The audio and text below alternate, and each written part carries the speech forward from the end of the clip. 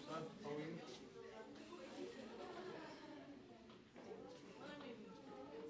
My neighbor, right? I should know. I don't know. Who's next to me?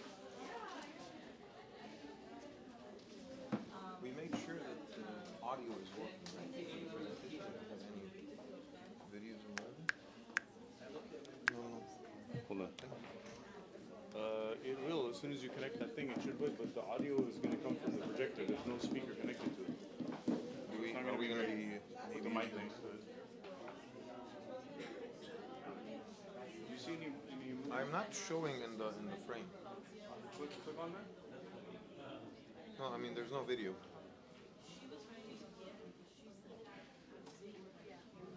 There's no sound on your end? You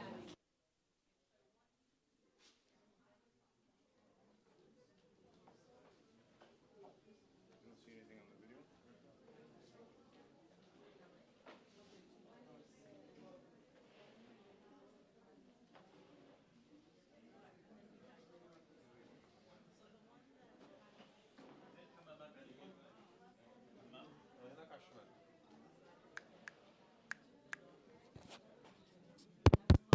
Testing, testing, 1, 2. Why isn't this working? Is there a different receiver?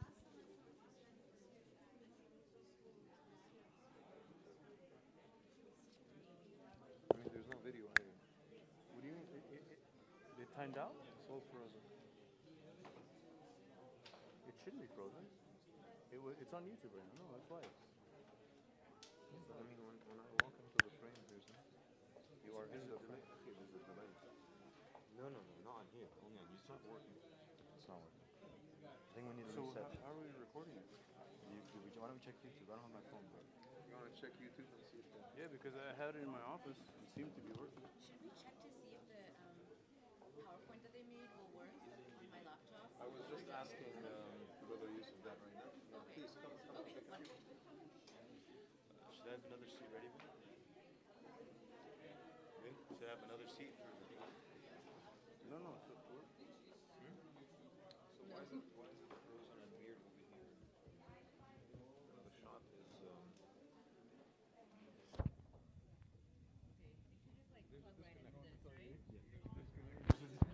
Clear disconnect. no, this is Let's run not it. a delay. Delay is just a few seconds. I've been doing tafsira for so many years. The mic's working. No, I understand, but I'm just saying like we're not. I'm not sure. This is a different shot completely. Yeah, I'm not sure what why that's doing it. To be honest. It's frozen, right? Yeah, so it's adjusting on here, but it's just frozen. It's fine as long as it's Yeah, working. let's just run with it. Should I grab another? I think you're just gonna be standing in here. Do you need a case? We'll be back in 2 seconds. I'm gonna throw a little dab of super glue. Should we turn this on?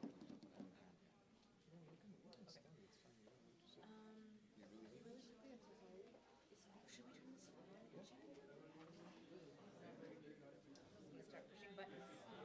See what happens. Bismillah. The blue light is flashing. I think it's.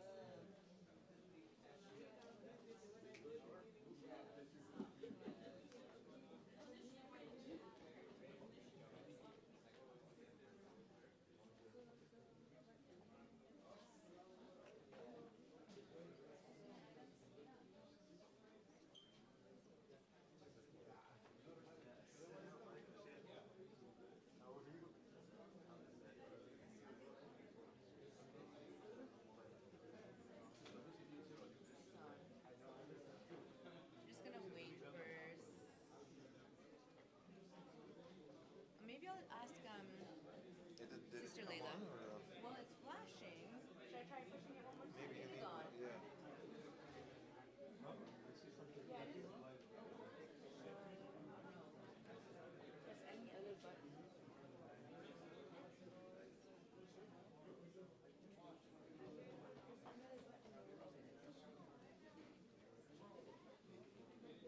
Yeah, this is on the screen.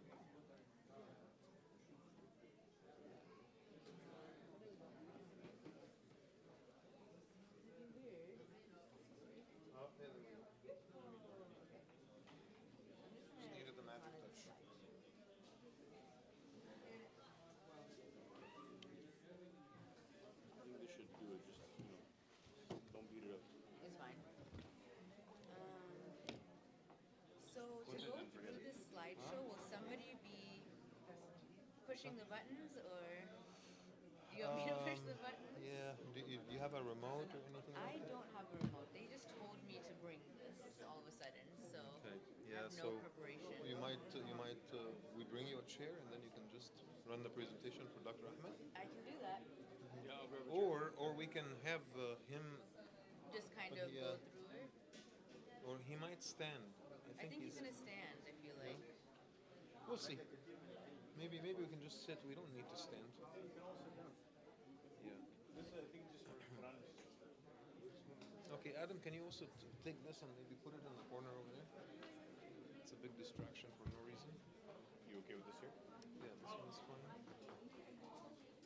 And I'll have the microphone. Just have it right here. And then maybe Dr. Ahmed can just man his own laptop. I hope so. It'll be easier. Isn't enough cable? Can you slide it over here? Yeah. Oh, yeah. I think so.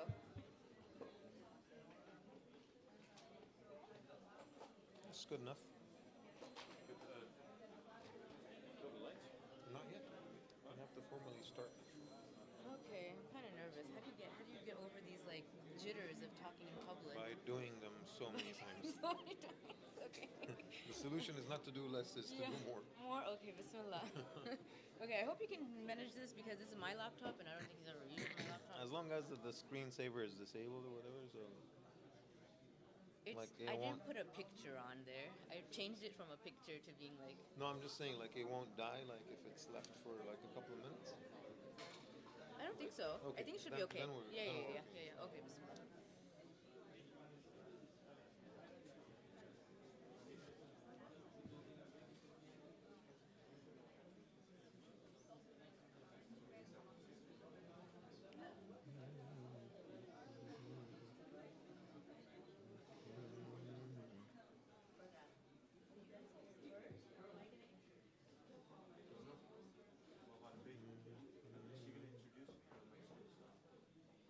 Yeah. Just we're gonna start with the Quran recitation with brother Adam Abdul Aziz the second.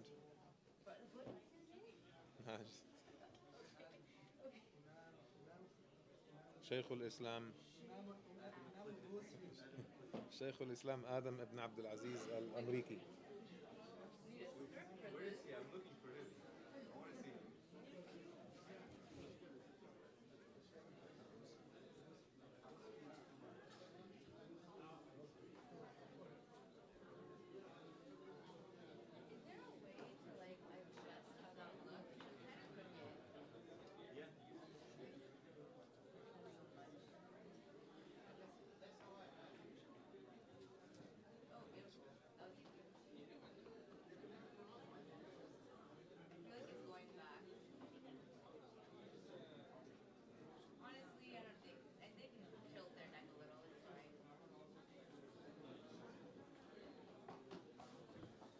With the screw, I think this is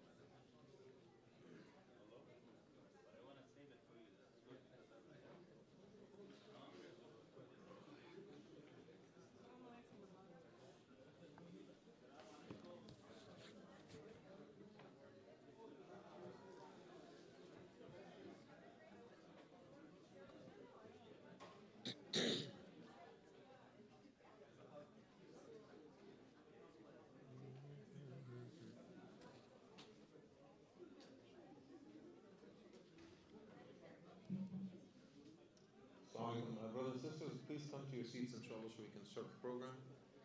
And feel free to bring your food and your tea with you. Dr. Ahmed, I'm not going to sit here by myself.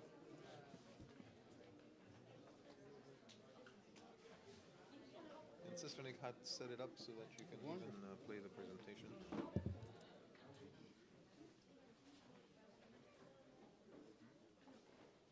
So Sister Nikhat will introduce the program. She'll ask Adam to recite some Quran. Okay.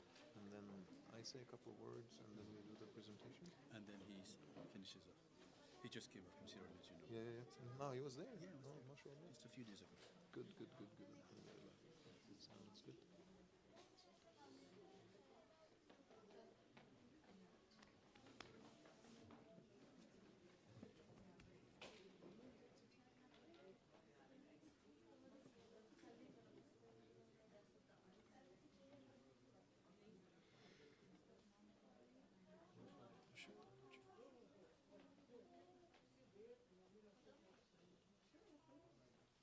Sister Nagat?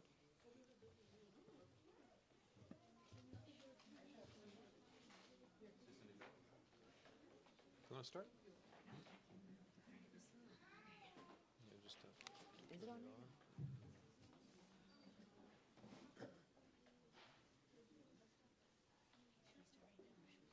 No, no, no, they'll come, inshallah. Assalamu alaikum, everybody. How are you guys doing? Alaikum assalam. Alhamdulillah. If everybody could just come back to their seats, we are about to start the program. Just give you guys 30 seconds and then we will start.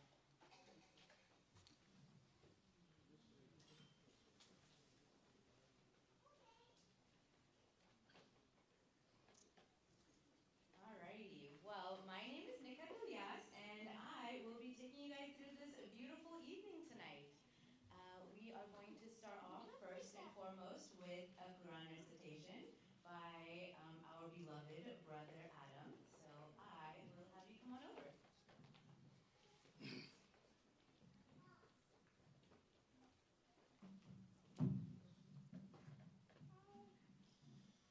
أعوذ بالله السميع العليم من الشيطان الرجيم.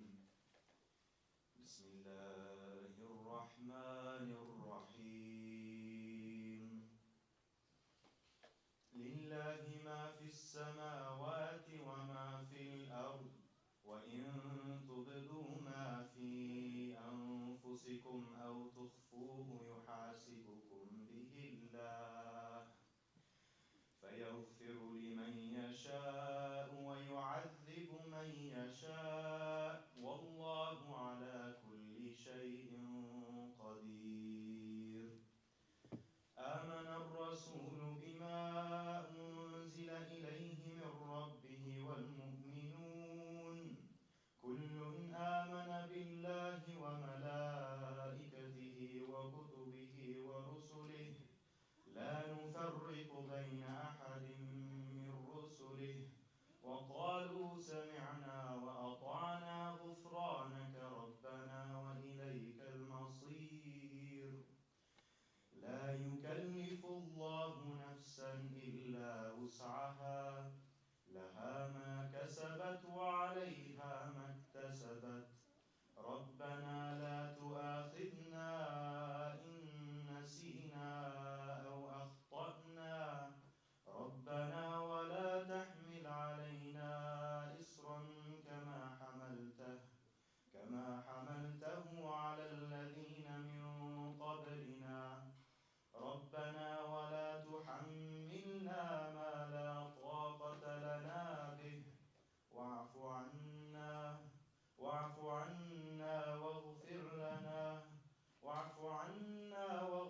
لنا وارحمنا أنت مولانا فانصرنا على القوم الكافرين. صدق الله العظيم.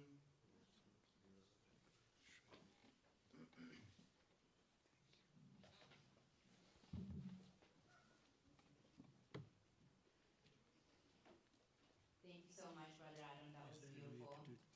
Well, again, my name is Nikat Ilyas, and I want to welcome everybody to this event.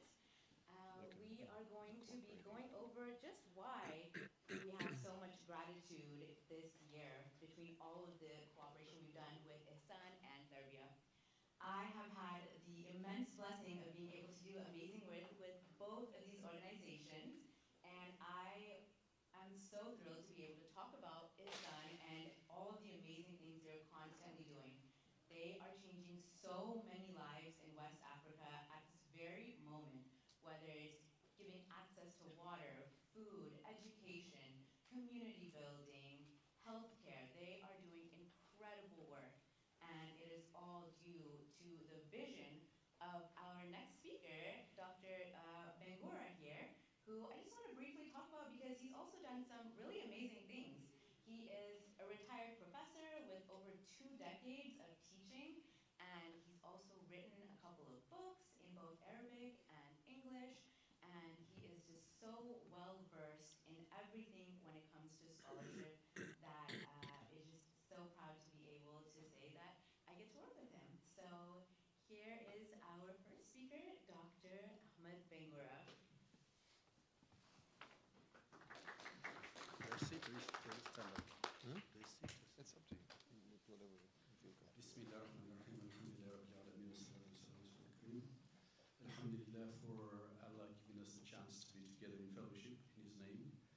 for his sake, and to celebrate the beauty of the Ummah he gave us. This should be a very relaxed moment for all of us. I just want to start by thanking the community and to thank Imam Azeez for hatching the idea up of having a partnership with the people of Africa, not with Ihsan. Ihsan is just a kind of instrument for that. And so that idea has been hatched, that we work together to make a real difference in the lives of a part of the Ummah that is often neglected, which is Africa. I am going to be it's going to take a lot from me to summarize what's going on in terms of what has been accomplished due to generosity in Africa. So it's going to be very just speeding along, and then we focus on our partnership issues, inshallah ta'ala. It has been a very profoundly impactful year for us. So many blessings we see in all the realms in terms of how many countries have been impacted, how many people have been impacted, the variety of ways that people have been impacted in 2024, thanks to the generosity of people like you. So it's a celebration, but also we need to be realistic to tell you what our vision is for next year. Our vision for next year and the goals for next year are to continue to help the most vulnerable in the communities in Africa, the orphans. People do build a lot of orphanages as a way to change the identity of the children of Africa. So we have now close to 1,000 orphans, so we need to take care of them next year. Alhamdulillah, we'll be able to take care of them this year. So we need to prepare to take care of them. That's a budget of $600,000 to take care of all their needs. It's kind of high because many of our orphans are also in college now. We took them from the time they were babies. And alhamdulillah, this year alone we have 19 of our orphans in Sierra Leone alone going to university to pursue different fields. Actually, talking about health, we have 2 of our orphans that are our main consultants with the medical field that we're doing. We raise those children. So, and the head of our orphans in Sierra Leone was herself an orphan, Fatima. She raised her up. So we're building a workforce in Sierra Leone, not only for Ihsan Foundation, but also for the society, for its transformation in the path of Tawheed, inshallah. So these are our needs for next year. We also have a need for the main place we've met so far, Tarbiya and Ihsan Foundation, which is to address the terrible health needs of Sierra Leone, the dysfunctional health system in Sierra Leone, which he might be able to talk about because Brother Salah just came back. He went to visit after he visited. He came and with a friend of his, and he will talk about those things. But through your help, we have actually reached very close to launching the first Muslim hospital in Sierra Leone. Very close to it now, to the extent that we want by the end of March to start with a clinic on the 4th floor of the first building of the hospital. The 4th floor, which also has accommodations, inshallah. The doctors from Tarbiya will be the first doctors we receive there. 5 nicely done rooms, you'll see. So that wing there, the Tarbiya wing, we want to set up right now. We want to set up a clinic to serve the needs of the immediate community of 5,000 people in the village of Mayankene. So this is the priority for us now, and then the rest of the hospital will be built gradually, inshallah. And the rest of the hospital, not the rest, but the second phase, which is another building, that one we want to complete it now. Not from Tarbiya, but we're going to Atlanta. We're going to Atlanta, 2 places in which we try to raise that money for that entire building to be completed and launched. That's called IGH2. We're talking about IGH 1 here, in which a 4th floor is actually built. A wing of it was built by Tarbiya. So this is a very promising partnership. We're very excited about it, and we have so much to hope from this partnership, inshallah. So I'll just go through very briefly some of the things we did in 2024, and I'm not going to comment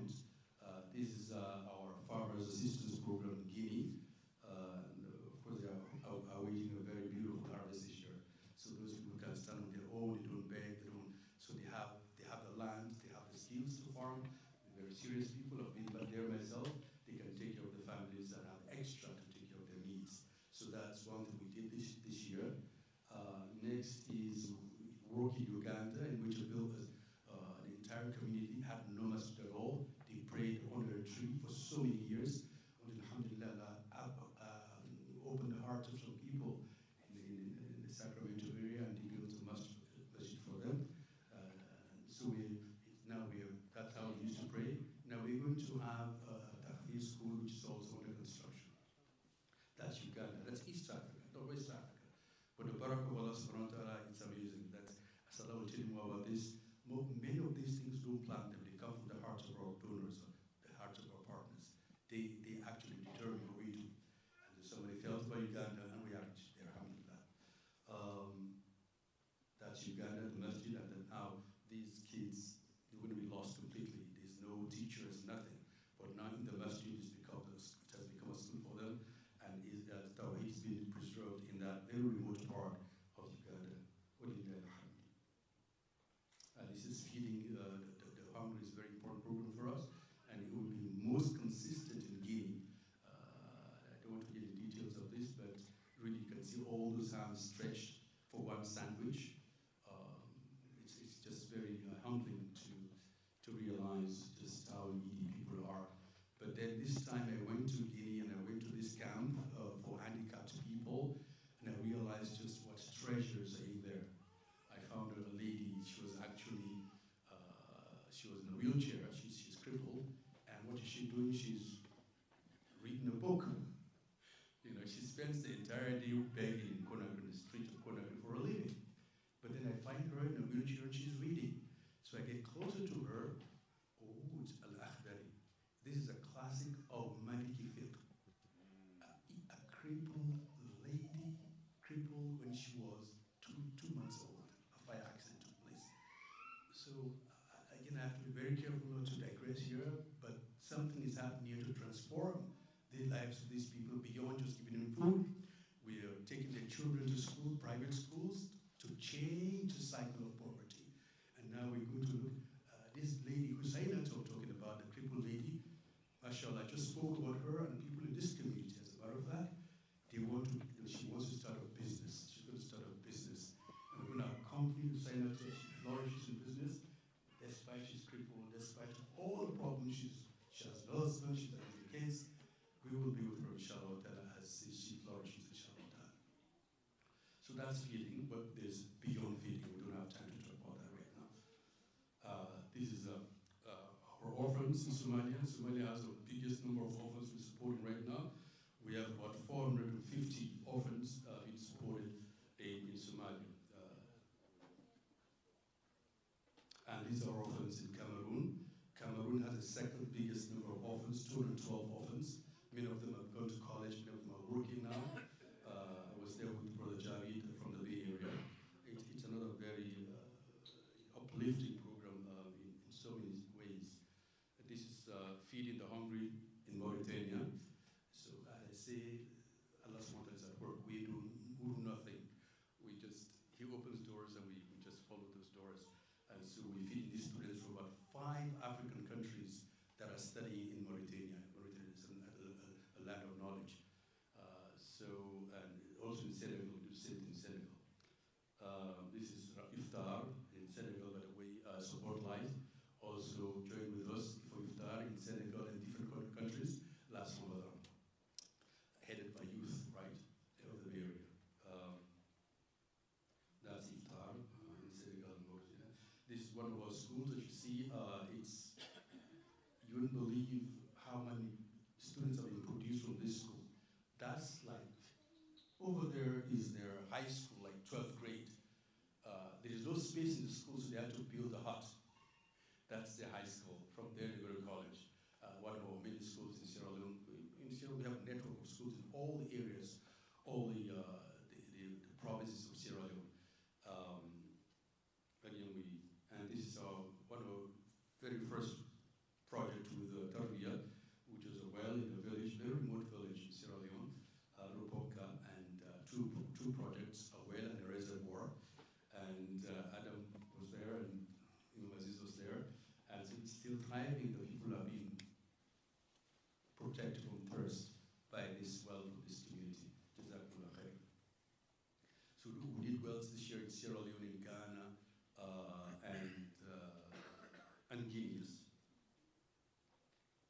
That's your well.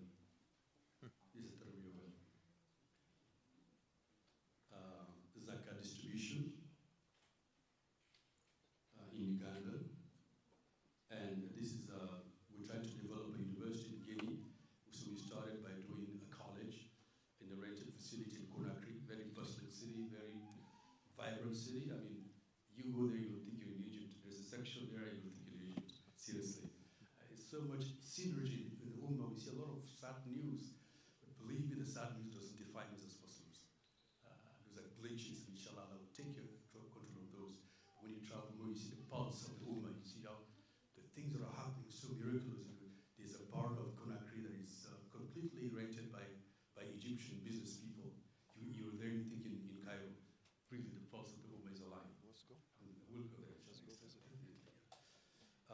So this is a college we're starting there in Conakry, and alhamdulillah, these are the young men and women.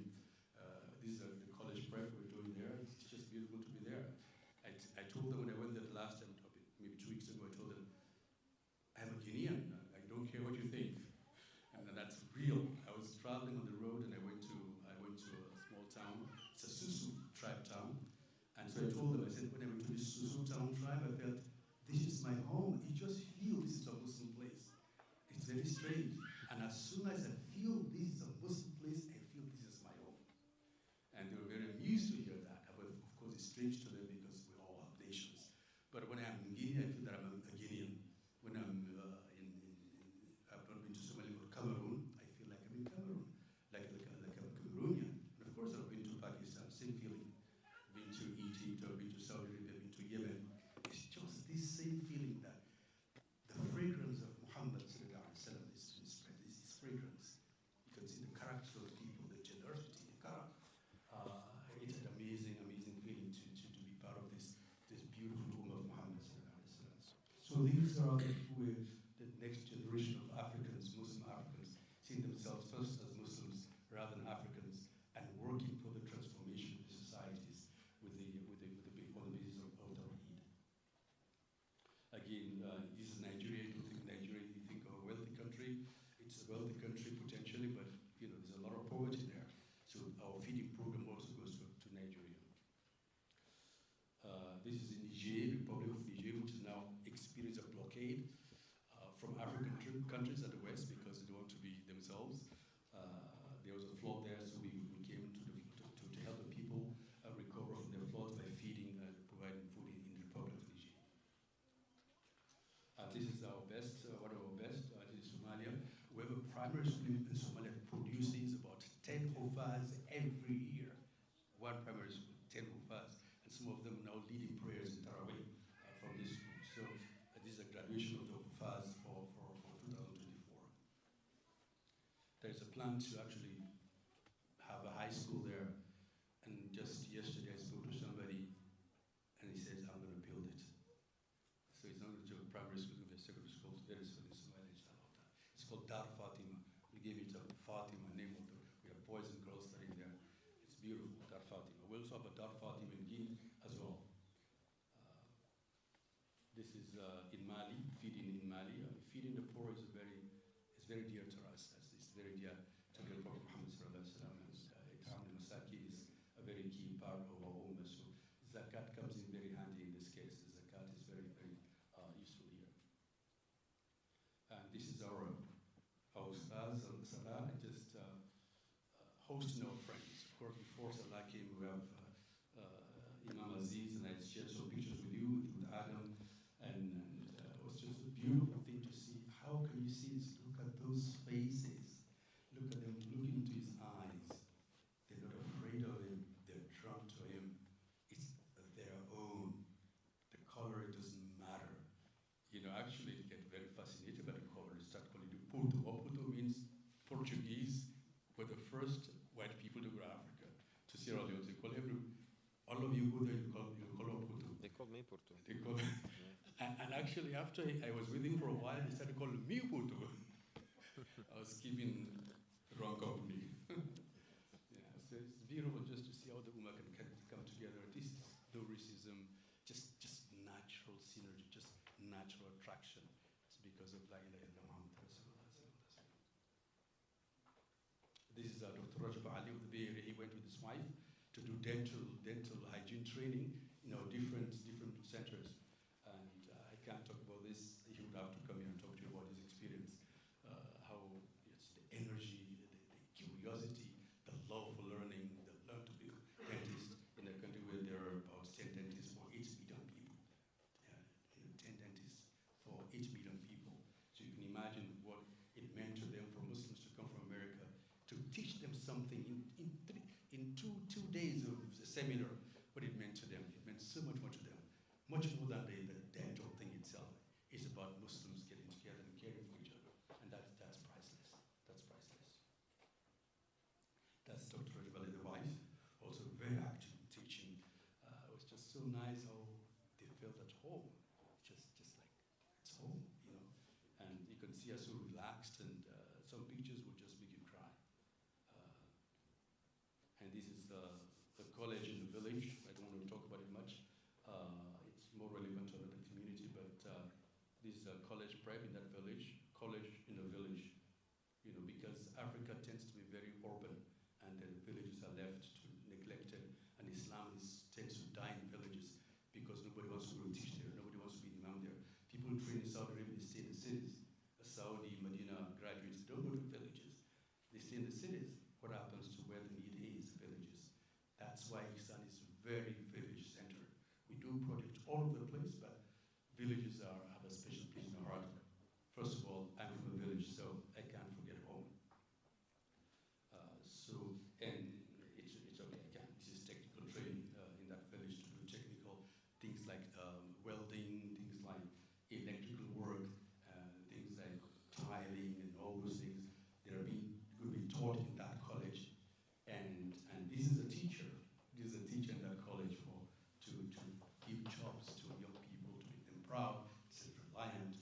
But he's also doing now a project for Ihsan. This is a very synergy. So it's a business at the same time, an institute. It's a complex formula, but he will be having, still having, how do you call it, contracts with people, and he takes his students to that contract. That's how they learn.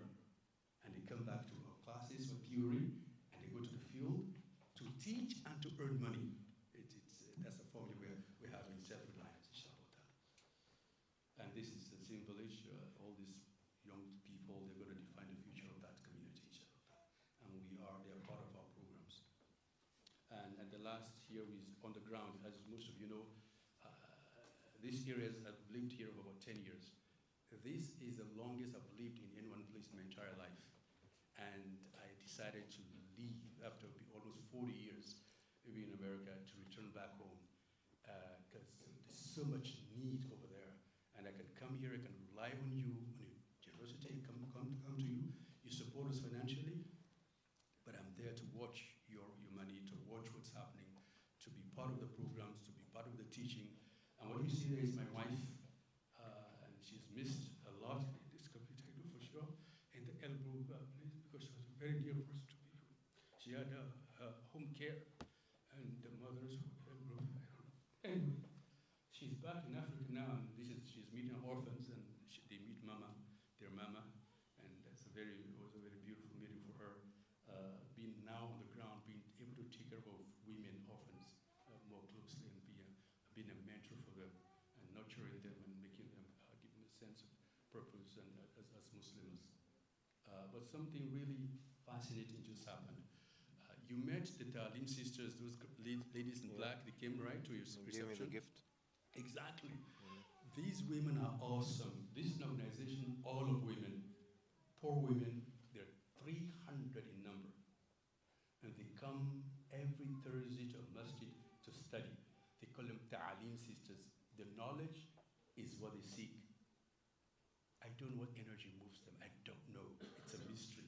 And now they're taking this to the villages. So they told my wife, we're going for the first time to a village. In that village, they invite people from 214 villages, women. Each village sends about 2 delegates to come to one village. To do what? To study, to learn how to say, when you make ruku, what to say. How to make wudu. Simple things we take for granted here, That's what these women in those villages need. So they went with my wife to be there with them, and that's my wife. You can see her there. 300, no, it's about 500 women, all women. What are you doing? They're spreading the word of Allah subhanahu wa ta'ala and teaching people basics of their deen. So this is one of the advantages of the two of us now relocating to Africa, that she's there on the ground, just not money. It's about you being there, your presence, and see what that presence does to transform the society and to transform hearts. When I left my country, I was 25 years old. I never heard once the word hijab. Never. I was 25 years old, never heard the word hijab in Sierra Leone. That is Sierra Leone today. That is Sierra Leone today. Nobody's telling them. These women are coming together to transform the societies. How? I don't know. It's a mystery. It's a mystery to me. And recently I went to Mauritania with three boys to study at an advanced institute in Nouakchott. And I couldn't do this if I'm still in America, you know. So now I moved from country to country, making connections of the Ummah, making connections and seeing how we can benefit from one another. And this is just a recent visit that I made, and Salah also went, and he was hosted by the same people when he went there. I didn't go with him, so he gets to see things for himself without through my lenses. He gets to experience what it is. I mean, one thing I remember, one of the things that I remember is being in a very small room. That small room, you have men, students, they're facing the wall, very much facing the wall. Like their faces are touching the wall. Why? Because there are girls behind studying. Among them, 12 girls are hafidhat, and they're studying advanced Islamic sciences in Arabic. I was not supposed to be there. I'm not qualified to be in the midst of such light, you know. So much to talk about Mauritania and the potential for Tarbiya in Mauritania and in Sierra Leone. So much, inshallah, so much. So a few of the just anecdotal things about some of the accomplishments that we can talk about in 2024. That young man, Idris, is a graduate from our school, from one of our schools in the East. He went to Kenema, remember? He is from Kenema. Now, two things here. 2 days ago, he defended his master's thesis. So he has a master's degree now, this young man. And secondly, he's in a second master's degree through a program we just started called India Educates. India Educates. There is an organization in India that offers Ihsan scholarships. So for the entire bachelor's, we pay $1,000. 3-year bachelor's, 4-year bachelor's, $1,000, and they get their degrees online from India. So now he's studying his second master's. Right now he's in class, and this India Educates thing. So again, connecting the Ummah, there's so much potential in the Ummah. And some of them are doing masters, some of them are doing bachelors. Bachelors, masters, the same thing, $1,000 for the entire program. Who did this? Allah subhanahu wa ta'ala did this for us. Alhamdulillah. So this is one of the boys we're very proud of. Different fields he's studying now. And then we have this young man, very young orphan, we took him. And I think he's finished his master's in Turkey. Get a very brilliant story. He has big dreams of going to Sierra Leone and really started a company already in Sierra Leone in the energy sector. And this is another one from Kenema. He just defended his thesis too. Just bound his thesis in a different field. It's public administration. He has good tribal connections, right? He's a Mendi person, you know, the southern people. You might find him becoming a minister maybe 1 year or 2 years from now. It's possible. And so Allah knows. Allah knows. We just do our work and we leave the rest to him. This is to the left is Dora. Dora, she was very young when we took her in orphanage. She was 7 years old. Very distraught, very sad, as you can see her face. Her father died in a very sad way. And then, alhamdulillah, we took her to the orphanage, found sisters. You can see how they nurtured her. As you can see, very different now, very different. And when she just came to the orphanage, and she too is now doing a bachelor's in public health. At the same time, she has a business, a thriving business. So many of our orphans that are going to college at the same time, they're running businesses. And we're going to depend on them in the future to actually finance Ihsan bi'idhnillah ta'ala.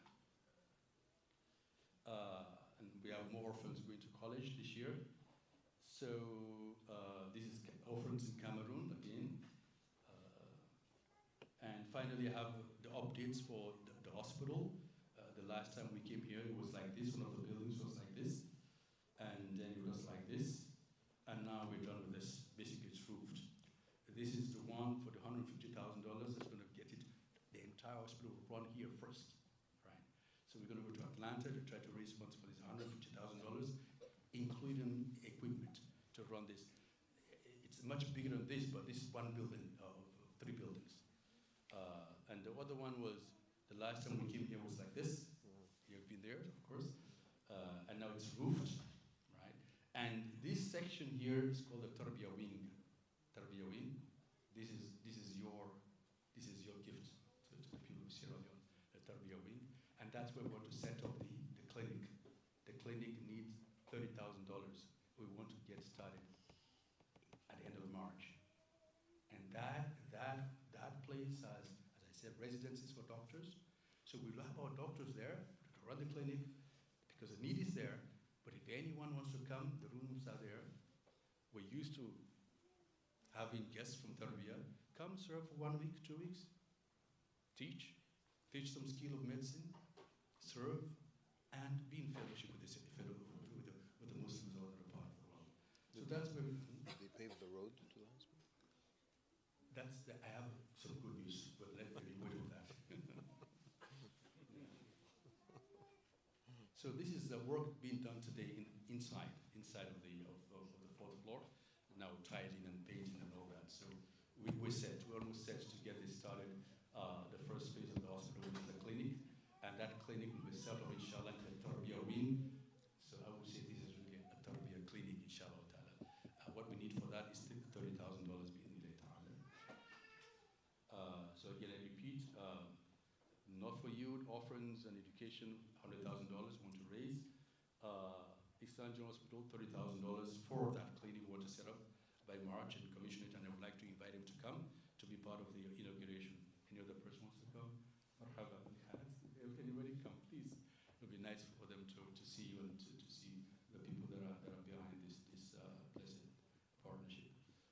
So I want to thank you very much for the partnership, for caring, for giving us space in your hearts to listen to us and our rambling. But I think we have hope that a great amount of good will come from this community, and it's coming out of this community in partnership with us in Africa. For the sake of Allah subhanahu wa ta'ala, jazakumullahu khairan, wassalamu alaikum. Alaykum assalam.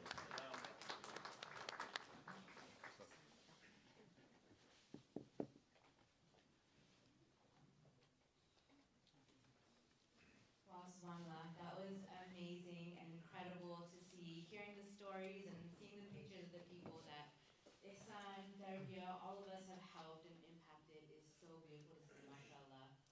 And on that note, we are going to be moving on to our program. We are going to be introducing somebody who does not need an introduction, but he is indeed the co-founder and senior Imam of Tarbiya.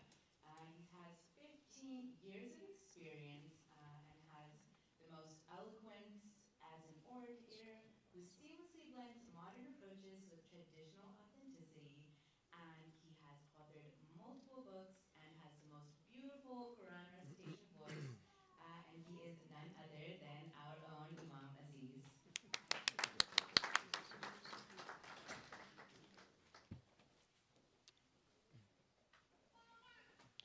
السلام عليكم ورحمة الله. أعوذ بالله من الشيطان الرجيم. بسم الله الرحمن الرحيم. الحمد لله رب العالمين والصلاة والسلام على محمد وعلى آله وصحبه أجمعين. I begin in the name of Allah. I invoke His peace and blessings upon our beloved Prophet Muhammad sallallahu alaihi wasallam. Ask Allah to extend His blessings to the Prophet's family, his companions, and all the men and women that walk in their footsteps, and ask Allah to make us and our loved ones among them. Ameen. Jazakallah khair, everyone that joined us tonight.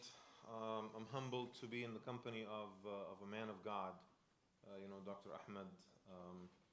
And I'm also pleasantly surprised to see my dear friend, Sheikh Salahuddin al-Bakri, that I have not seen in a long time. He's Sheikh Alauddin al-Bakri's brother, by the way. You guys probably noticed the resemblance.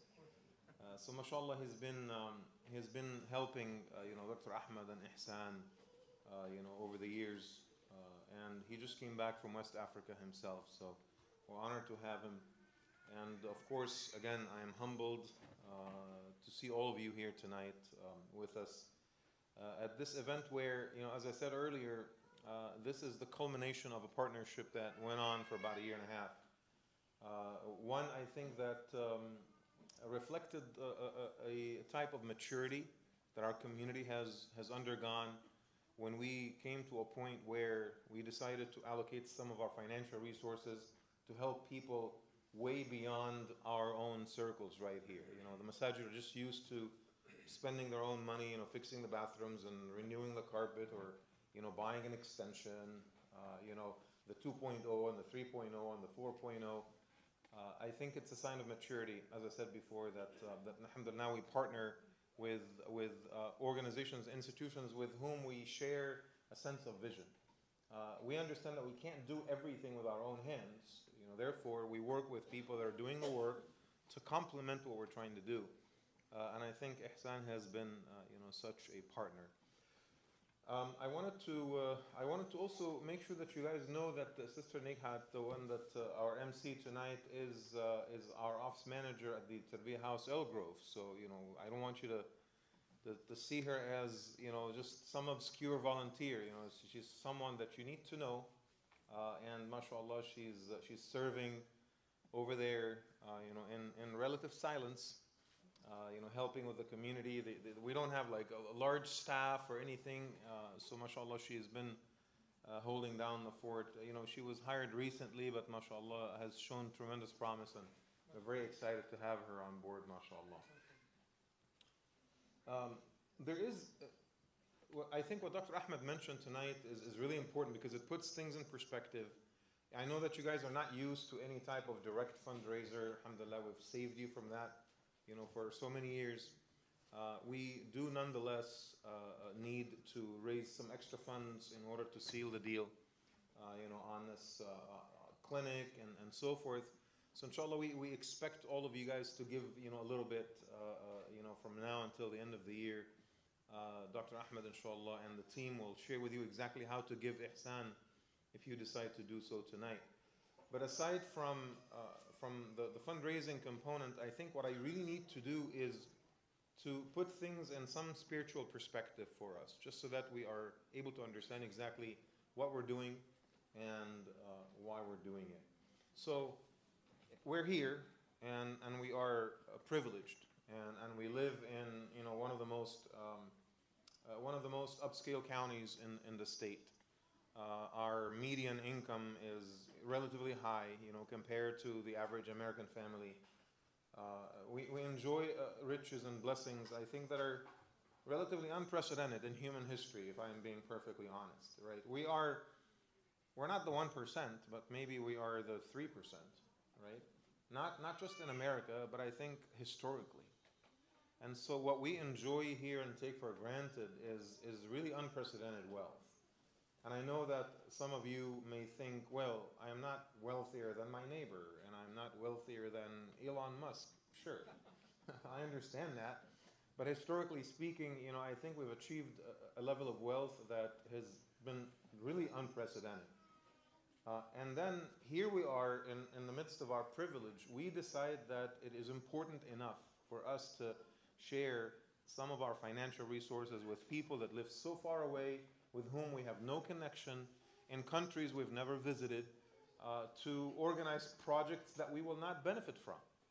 And I think that is an incredible thing, and I keep asking myself why. We give sadaqah and zakah, we support our local institutions, Tarbiya giving back. On Thanksgiving Day, we gave, prepared 600 meals, for the poor and needy and so forth. We do have an impact, alhamdulillah, locally. But the notion of going like overseas and not just giving, a man a fish, rather, we are building the institutions that will educate the man on how to fish. And so for me, that's an incredible phenomenon. I'm trying to understand it spiritually. And this act of kindness, this random act of kindness to a complete stranger, where does it come from, in terms of our Islamic tradition? And I'm reminded of this beautiful story. If you guys remember your seerah, and I always say this, and I know that I say it so frequently that it sounds like a broken record at this point, that as a Muslim, you cannot afford not to know the details of the Prophet's life, sallallahu alaihi wasallam. You cannot afford. If you want to know the Quran, then you have to study the seerah, because this is how the Quran was lived. And so the Battle of Tabuk was one of those very difficult battles in the middle of summer. I think it was August, and the Muslims had to travel maybe like 1,000 miles north in the most excruciating heat imaginable. And some of the companions, they felt a little bit difficulty to get up and go. And one of them, in that very famous story, there are 3 particular companions that ended up falling behind. One of them is Ka'b radiallahu anhu. And so Ka'b basically says, I was never more prepared to go than I was on that day. But, something got into me. I got lazy. I kept saying, I'll catch up with him tomorrow. I'll catch up in the evening. I just need to have another meal. I just need to spend another evening with my family. And I kept procrastinating until I knew that I completely missed it and there was no way for me to get there. Make a long story short, the ayat from the Quran, the Prophet ﷺ instructed the companions not to talk to them for like a month. Do not talk to them. Do not say Assalamu alaikum. Do not say wa alaikum assalam. Do not visit them. Do not deal with them in any way, shape, or form until Allah subhanahu wa ta'ala adjudicates in the matter. About a month later, the ayat in the Quran were revealed, and the 3 men were exonerated, and they were forgiven by Allah subhanahu wa ta'ala. Right? So he heard the news. Ka'b heard the news that Allah forgave him and that Rasulullah forgave him. So he came rushing to the masjid, after Fajr. And he looks into the masjid, Masjid Nabawi, right? He looks into the masjid and it's filled with people. And he could not, the awkwardness of a situation like this. Like literally, if you walk into a place where there's like a couple hundred people and you open the door and the door squeaks. And then you're standing by the entrance and everyone is looking at you. It's an awkward moment, right? Like even if you go late to class, like the students here, if you go late to class, you feel there's an awkwardness about walking late into anything, right? So he opens the door and all the companions look at him. So he's super embarrassed. He doesn't know what to do. He's trying to find a spot to sit and he cannot find. It's all full. So what happens? Talha, radiallahu anhu, Talha ibn Ubaidillah, who's a muhajir. He's not even from Medina. He gets up and he runs to the entrance of the masjid with great excitement and a big smile, ear to ear. And he holds Ka'b by the hand and he says, Mabruk, congratulations, walk with me, come sit right next to me. So he gave Ka'b a spot to sit, and more importantly, he saved him from the embarrassment of just having to be like, center stage, so to speak. The 2 men were not friends prior. They did not have a relationship. They were just like 2 men at large in the community. They did not have any special bond or connection. One is a muhajir, the other one is an Ansari, right? But it was on that day that a type of friendship was created between those 2 men that lasted forever. And for the rest of his life, the narrators used to say, فَلَمْ يَنْسَاهَا كَعْبٌ لِطَلْحَةَ أَبَدًا. Ka'b never forgot that moment when Talha showed kindness to him, a random act of kindness that was, everybody else just sat there and they did nothing. But Ka'b radiallahu anhu would never forget that Talha stood up, saved him the embarrassment, and gave him his own spot and sat him next to him. Right? There's a few lessons that I gather from this beautiful story. Life, al-hayatu mawaqif, the Arabs say. Al-haya mawaqif. Life is about the positions that we take. Life is about the positions that we take with other people. Okay? This is how you're going to be remembered.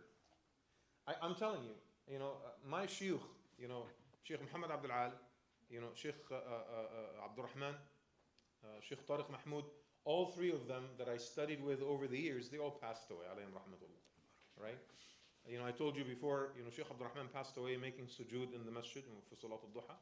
You know, Dr. Muhammad Abdul Al, he died in his ihram clothes, you know, right after, you know, doing Umrah, you know, when he was hit by a car, did not even take off his ihram clothes.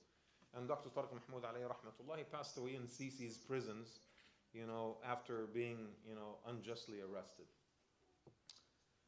All three men, if I look back at my relationship with them, it is so strange that I don't remember anything about the Quran or the Hadith or the thing that they taught me in the halaqah. I don't remember any of those details. But you know what I remember? I remember the instances, the actions, the behavior. I remember the smiles. I remember, you know, calling him at 11:30 p.m. being upset, and he comes and he picks me up. That's what I remember. I remember him having us at his house and offering us food.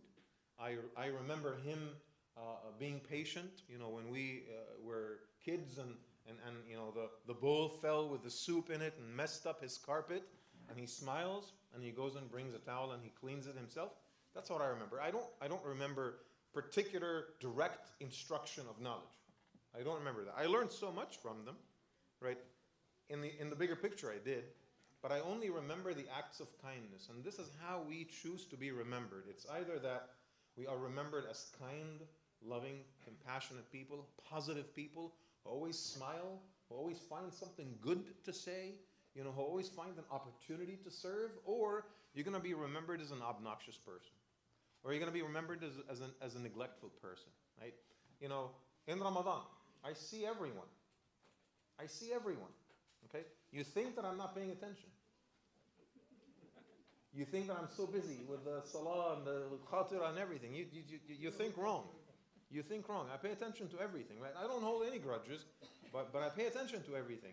And I'm going to tell you, you know, the brothers and the sisters that are always running around, you know, picking the trash and moving the chairs and serving happily with a smile, I will never forget them.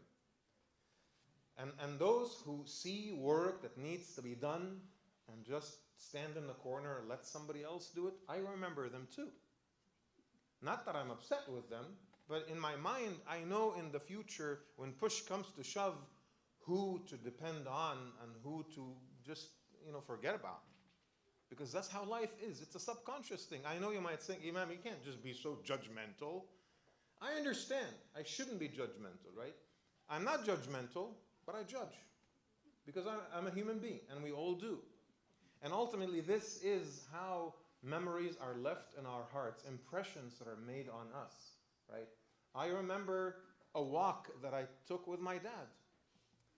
And we were walking right next to the metro, and I could see the cables of the metro, you know, that connects power to the metro. And because there were the cars on the other side of the metro, their headlights are flashing on the cables. And so I see, you know, tiny little flashes of light running through the cable as the cars are moving. I'm not seeing the cars, but I see the reflection of their headlights on the cable. And I'm so puzzled. And I keep asking my dad, what is it? Is that like a jolt of electricity, you know, moving on the cable? I was a kid. If you ask me about other details, I won't remember, but I remember that because my dad laughed so hard. I don't even think I told that story to my own kids, wallah. My dad laughed so hard, and he started talking to me about electricity. My dad was a science guy, you know, he was a chemist. So he started talking to me about electricity, and you know, this is not how electricity moves and stuff. He went through. I was in middle school, and that was my first exposure to electricity. He took the time, he did not make fun of me, he paused, he gave me his fullest attention, and he explained to me something that would otherwise be, you know, very overwhelming for a child to process. Yet he did it, and he did it so beautifully, and wallahi, it was on that day that I fell in love with physics. These are the things that we remember. Of Ka'b, for the rest of his life, he will always remember that this brother Talha showed me an act of kindness. He showed me kindness. You know, these people in Africa that we visited, You know, all the kids that kept calling us Porto, Porto, Porto. You know, we're in the car, you know, and this is not a derogatory term for a white person, by the way. Like, there is a derogatory term for a black person in the English language. There's a derogatory term for a Chinese person. There's a derogatory term for an Arab person. MashaAllah, Americans are so good at coming up with, you know, very creative words to put other people down. But in Africa, this is a very descriptive term, right? It just says, you look like the whites of Portugal when they came into our country. They're not angry when they're saying it, right? And so, when we sponsor a well, when we sponsor Hafadh al-Quran, when we sponsor a school, when we sponsor a seminary, when we sponsor a clinic, a hospital, right? How does that play out in the future? That there's a person, there's a patient over there who has, you know, a urinary tract infection. And these things are not easily treatable in Africa because, you know, Dr. Ahmed, I think, used to tell me that maybe in the entire country there is only like one urologist or two urologists or something like this, right? And so when that person goes to the hospital and receives medical attention from, you know, a facility that was made possible by people who live thousands of miles away, who happen to be Muslim, living in California, what do you think that person is going to think for the rest of their lives? That there is still what in the world? That there's still hope in the world. There's still khair in the world. There's still good in the world, right? We're not lost, right? Wallahi, brothers and sisters, I've said this before and I'll say it again. There is so much khair in Africa, more than any other place on this earth.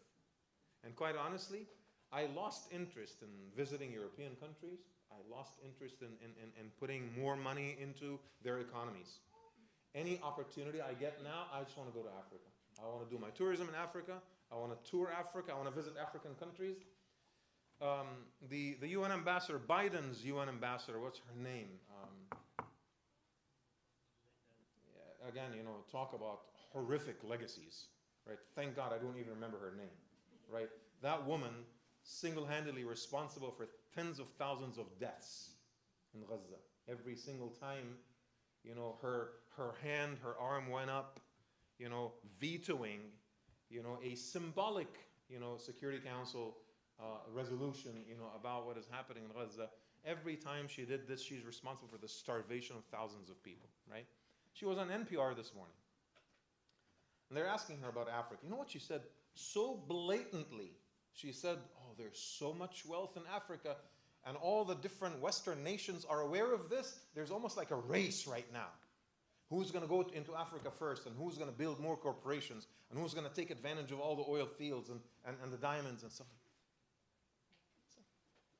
It used to be like something that they did like under the table without declaring their intentions. They used to do it under the guise of, you know, missionary work.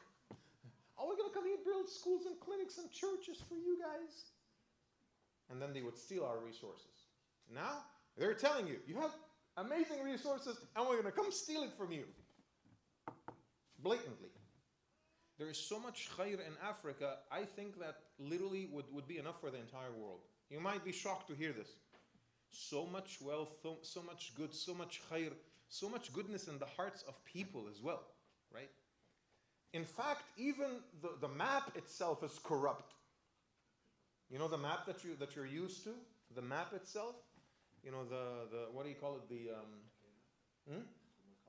The Mercator. The Mercator projection. The Mercator projection, which is the current design of the map that you're used to, is absolutely corrupt and disproportionate. Africa is the largest. People don't know this. They made Africa and Australia is as big as North America or bigger. But everything in the southern hemisphere was made to shrink and to be very, very small. Why? In order to keep feeding that idea in people's mind. You're small, you need us. You need the enlightenment of the northern hemisphere to come and, you know, bring civilization to you, right?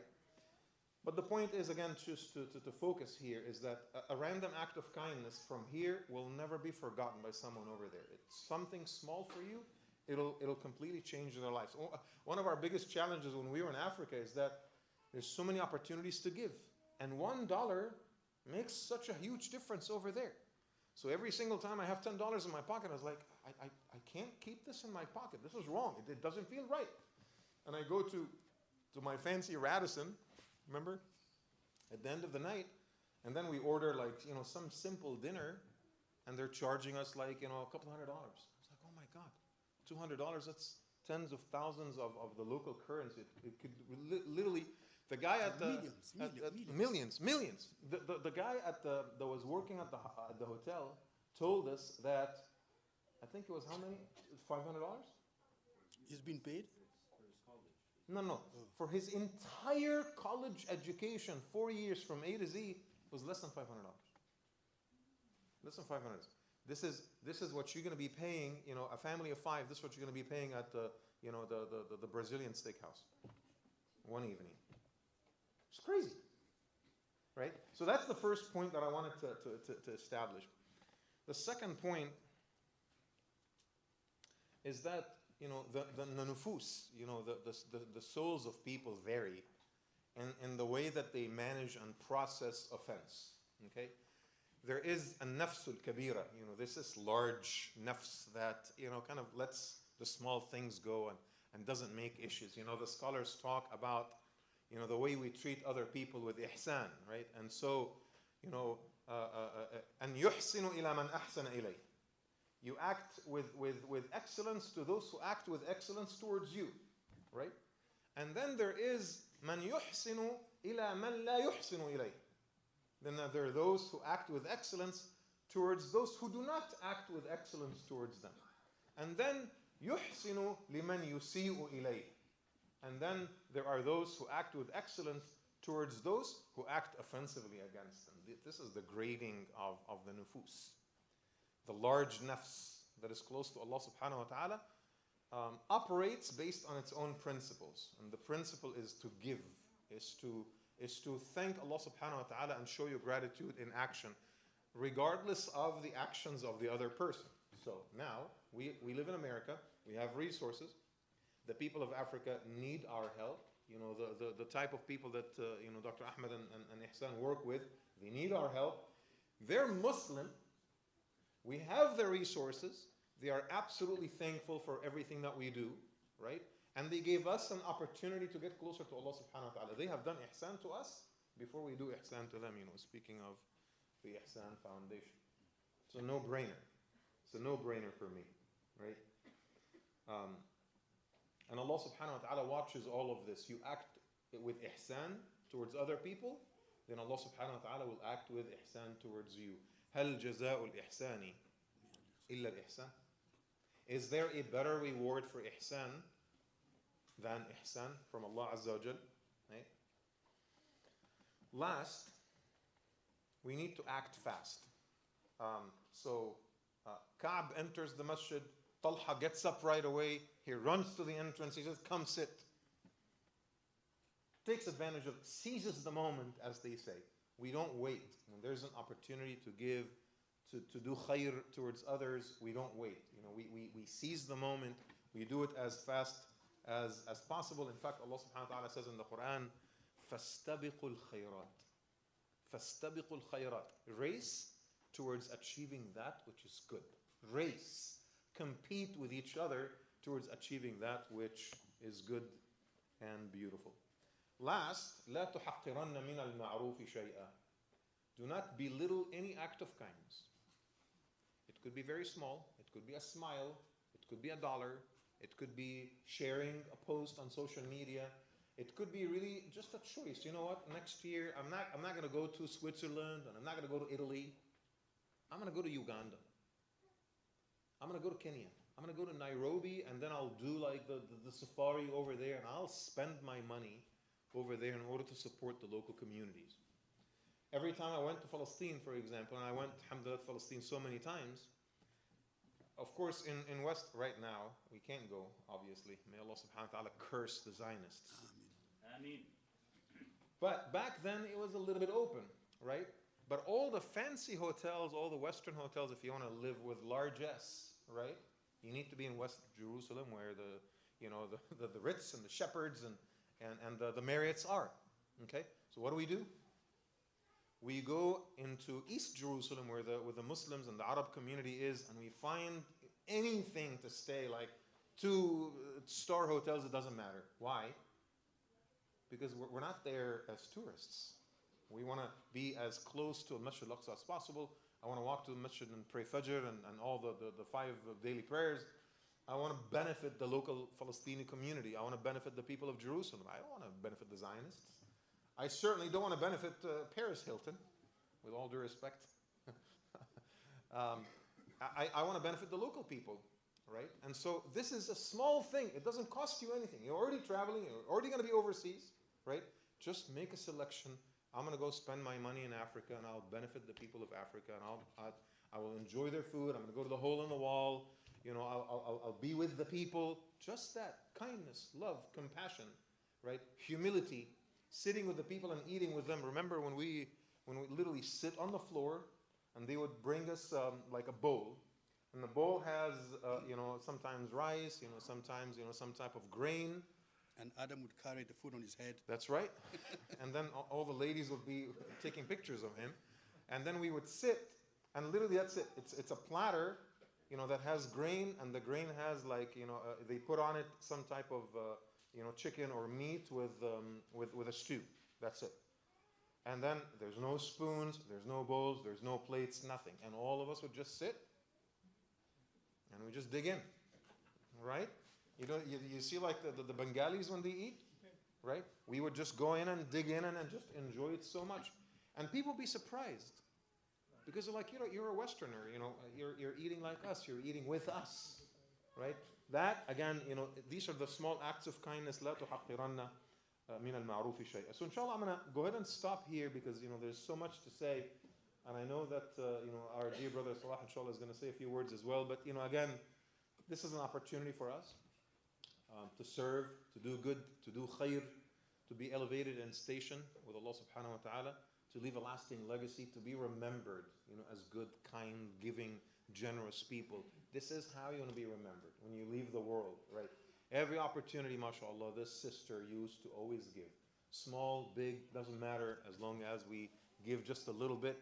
It's a reflection, not of how much wealth we have, but rather how big our hearts are. And I ask Allah subhanahu wa ta'ala to continue to utilize us as instruments of good in the world. Ask Allah subhanahu wa ta'ala to increase us in halal wealth so that we are always capable of giving more and more and more. Ask Allah subhanahu wa ta'ala that the Muslim community in this part of the world will play a pioneering role in serving the deen and in serving the ummah.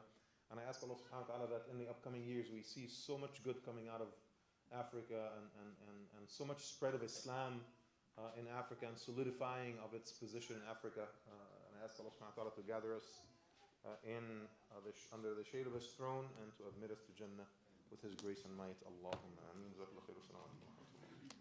Takbir.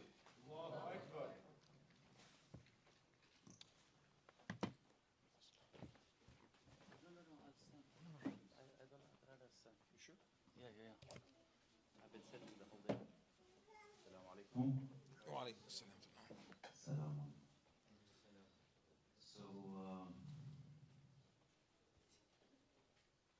I think on the 4th day of our visit, we just came back, by the way, from Sierra Leone and Mauritania and Guinea and Burkina Faso and stuff, and then Morocco and then Turkey, and it was only in 14 days, so you can imagine the intensity of the travel. And just give you a prelude, I'm the executive director of Support Life Foundation. She actually did a program here that was very successful years back.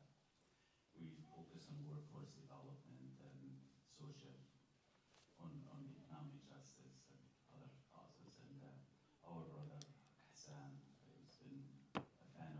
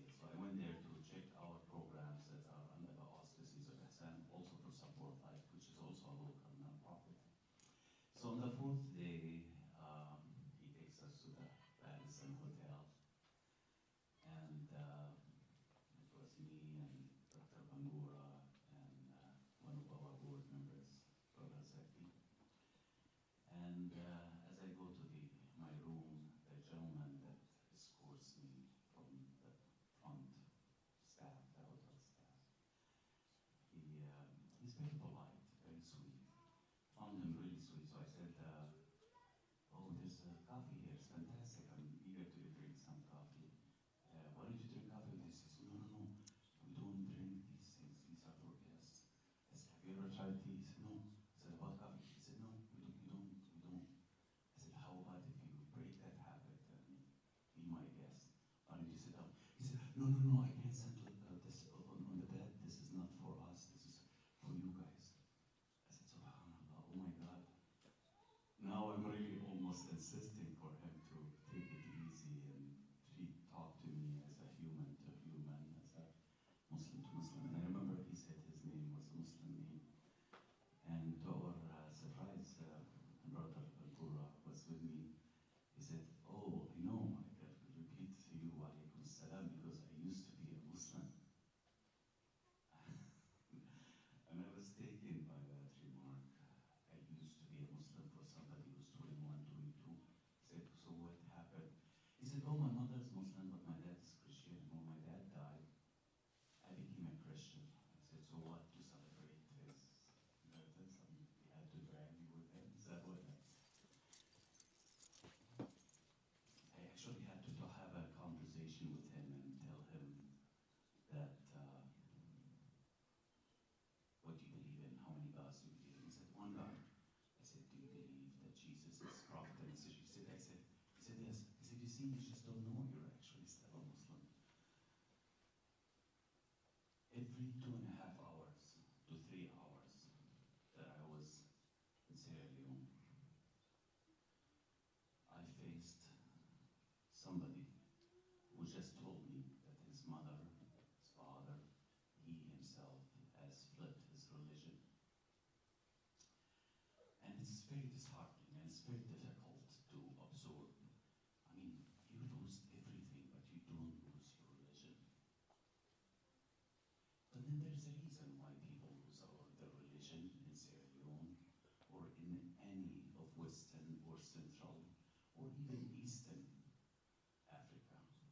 And I know the reasons very well. Here's the narrative. Here's the reality of Africa. You want to progress. You want to improve a life. You want to go to school. You want to go to college. You want to have a wife. You want to have a career. You want to have a future. You better become a Christian. You want to stay poor. That's your choice. You can stay a Muslim. When I was born in 1968, Africa was called the Muslim continent, not Asia. We're a minority in Egypt. Keep in mind, we have India and China, Russia, and Japan, Philippines. We're really a minority. In 1968, the estimates were that over 75% of Africa was Muslim. 56, 57 years later, I don't have the statistics, but the more scholars I talk to, their guesstimate is maybe Africa is 40% Muslims. This is the reason why our organization felt that it's not optional for us to be in Africa. It's our commitment to this religion. What will I tell Allah when I meet him? That I was a Muslim and I've known my brothers and sisters who had no hawla wala quwwata lahum. And I realized, and I said, that's too much for me to handle. It's no different than us saying we don't care about Gaza. It's too much for us to handle. We cannot declare ourselves an ummah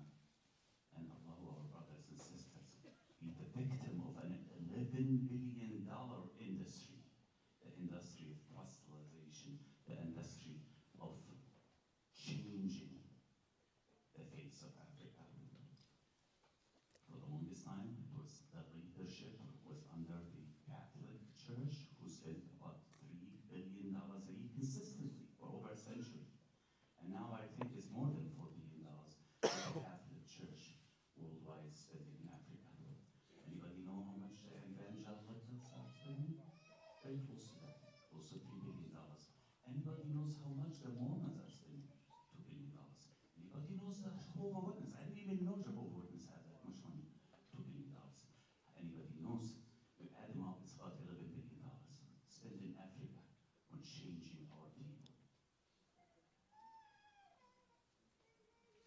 I agree with you. The acts of kindness is necessary. But I don't know how to meet Allah without standing with Africa. We go to Mauritania. You know what's the official name of Mauritania? The Islamic Republic of Mauritania. I didn't even know, besides Iran and Pakistan, anybody else had the word Islam in it. Maybe a couple more. The Islamic Republic of Mauritania. If you want to learn the beautiful Maliki fiqh, you go to Mauritania. You want to learn Arabic, you want to learn the land is called the land of 1,000,000 poets.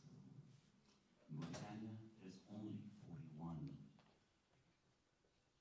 non-profits, churches from all around the world that's spreading Christianity in the cradle of Islam in West Africa, Mauritania. I met with the gentleman. We actually went to the outskirts of the cities, very far away. And I met with the head of a tribe. And he's from the minority they call the Wolf. There's 3 minorities besides the Arabs. And I talked to him and I say, what's going on? He said, for the longest time, we couldn't find anybody who knows Quran. Actually, we used to get embarrassed that when one of us wants to die, or when one of us dies and we want to bring somebody to read some Quran, we can't find anybody. We had to go borrow some kids from somewhere else. Now our kids are learning Islam. I said, how did that happen? He said, oh, this non-profit came to us and brought 20, 30 teachers and imams. And these 30 teachers, imams, spent 1 month and it changed the whole dynamics of us. They taught us religion. He says, so why you didn't have religion? He said, no, because for the prior 3 years, we had missionaries from France who spent in excess of $2.5 million in the whole neighborhood, putting us water wells and water treatment and senior citizen and youth center, so the boys and the girls can dance, and we were all about to turn into Christian, and these people came for 1 month and brought us back to the religion. I said, this people just changed your life. And then I went and asked the organization, how much did you spend on this expedition? They said we stay for 1 month and we do it every year. And I said, how much? He said, about 2,000. Can you clip this? It's for the live stream. Huh? It's for the live stream. Can you How- clip it? Clip it? Clip it on me. Just do it for me. There you go. They said about 2,750. I said 2,750, and you save the whole region from becoming Christian. On the last day we were there, we visited a masjid, mashallah, very close to where usually Dr. Bangura resides. And a gentleman came from a village, and he said, oh, I traveled the whole day to come to here. I live on an island, and I've heard of you coming, and I said, I'm not gonna miss. You know, they've been here because we have a clinic that's been running for years there. And mashallah, Ihsan Foundation has sponsored the whole neighborhood and done lots of projects. The gentleman, his name is Bilal. He's young, he's probably 35 years old. So I talked to Bilal, and Bilal said, I want to just tell you about how much we need you guys, how much your little things that you don't think is a big deal, is a big deal. He said, on the island for 3 months a year, we run out of water, and we have no water, so we have to get on the boat, go to the mainland, just bring a few bottles of water, and by the time we get back, by the next day, we need the water again. And many of us cannot even afford the boat ride, so we stay for 3, 4, 5, 6 days without water. And then also, we stay for many days without food. So he had an older lady who used to come and clean up the masjid. Her heart was tied up to the masjid. He's telling me, the Imam.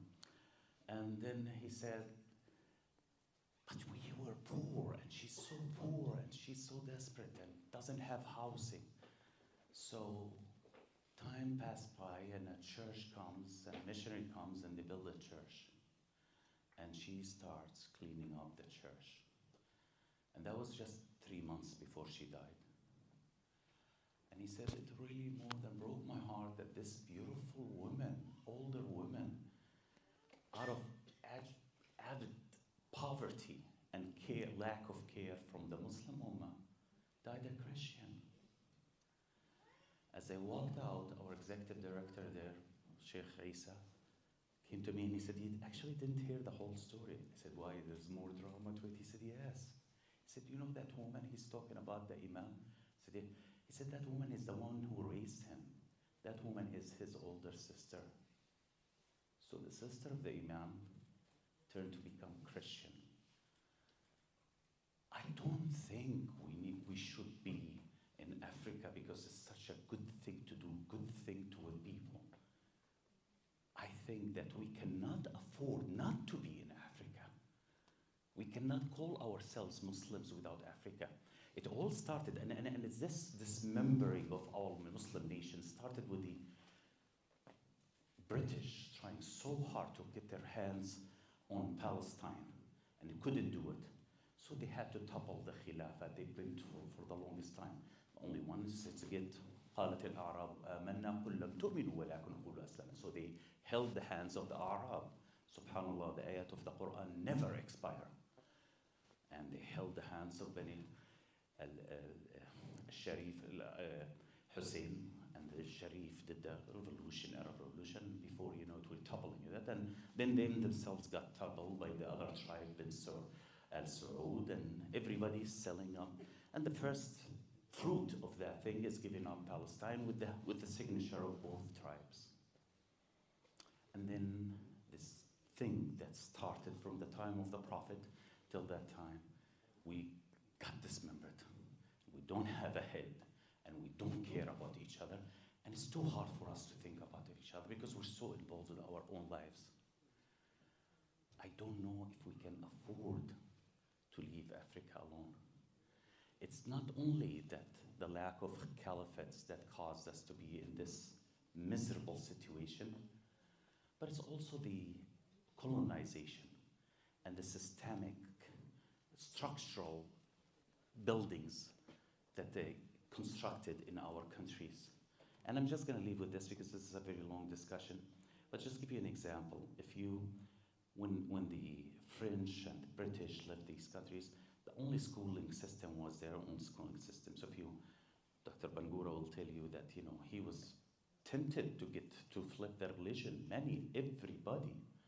And then I met the president of his board who visited us in his own hotel, and he said that every Monday they used to clap him, to hit him on his hand because he didn't attend the Sunday Mass. He, the grandson of a Da'iya who came from Mauritania to spread religion into Sierra Leone himself, is now asked to become a Catholic if he wants to continue in school. And every Monday he gets a beating for not attending the Sunday Mass. That is what the occupier has left us with. And not only that, to make sure that we stay depressed in all of our countries, the system was, if you want to go from the elementary school to the middle school, you have to pass the major exam. Well, the Muslims don't have much to offer. So only the Christians who go to Christian schools can pass that exam. If you don't pass that exam, you're out on the street. Now you have to just deal with puncture tires and side jobs for the rest of your life. Especially in these countries where he's talking about, in Sierra Leone, I don't know if you know, but the median, the mortality, the death rate in the United States is for men is 82, for women is 83. Do you know what it is for our people there? It's 52 for men and 53 for women. That's what occupation has done to us. Yes. It's getting late, and I'm gonna this. All I have to say is, please support our brothers and families in Africa.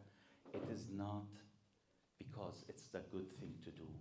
It is because I am so worried that I will face Allah in the day of judgment, knowing that my brothers and sisters were having the fitna, continuous ongoing fitna, forced upon them, and I did nothing. Jazakumullah khair. please contribute to these causes. Assalamu alaikum.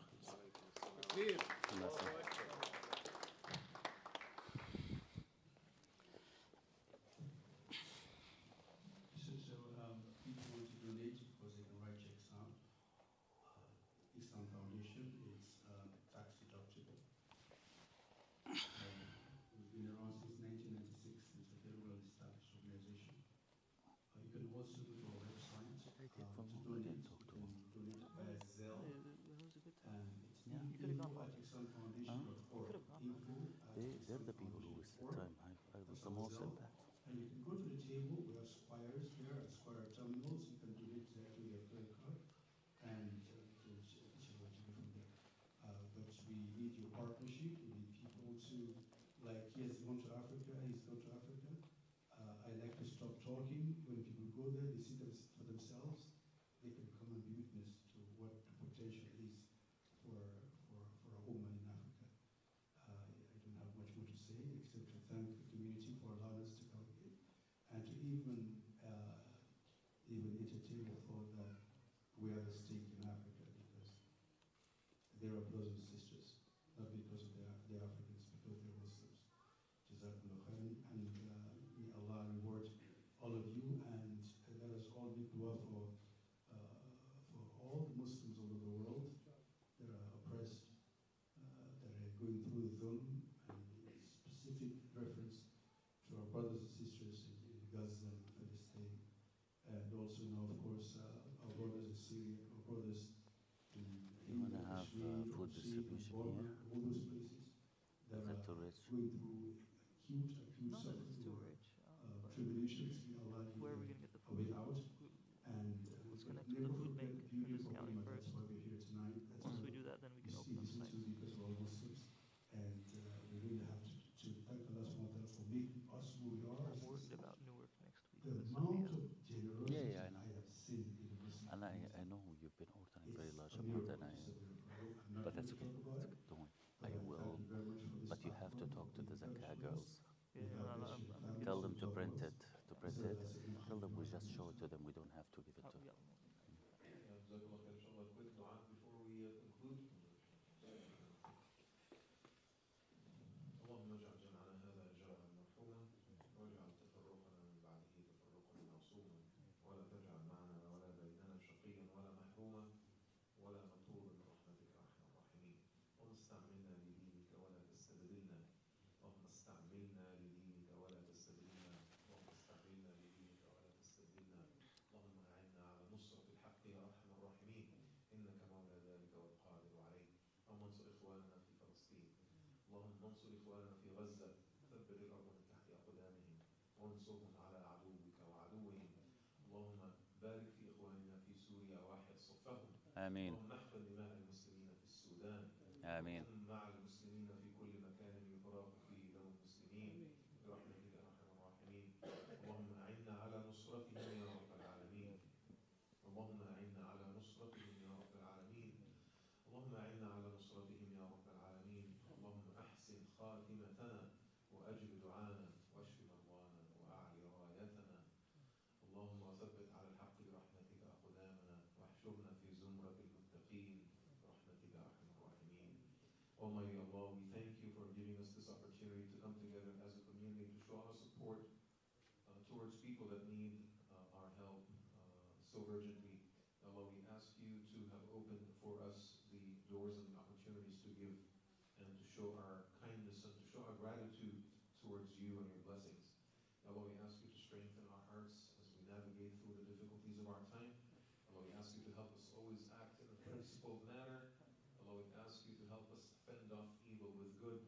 Allah, we ask you to make us instruments of khair and instruments of mitigation and tools of bringing about a positive change in the world. And Allah, as you gather us in the sacred house, we ask that you gather us under the shade of your throne and admit us to Jannah in the company of Muhammad sallallahu alayhi wa sallam. سبحان ربك رب العزة عما يصفون وسلام على المرسلين والحمد لله رب العالمين وصلى الله على محمد وعلى آله وصحبه. Jazakallah khair, brothers and sisters. Again, the Ihsan booth is in the back. Please consider stopping by in order to make a contribution. Find them on Zelle or maybe visit the website of Allah.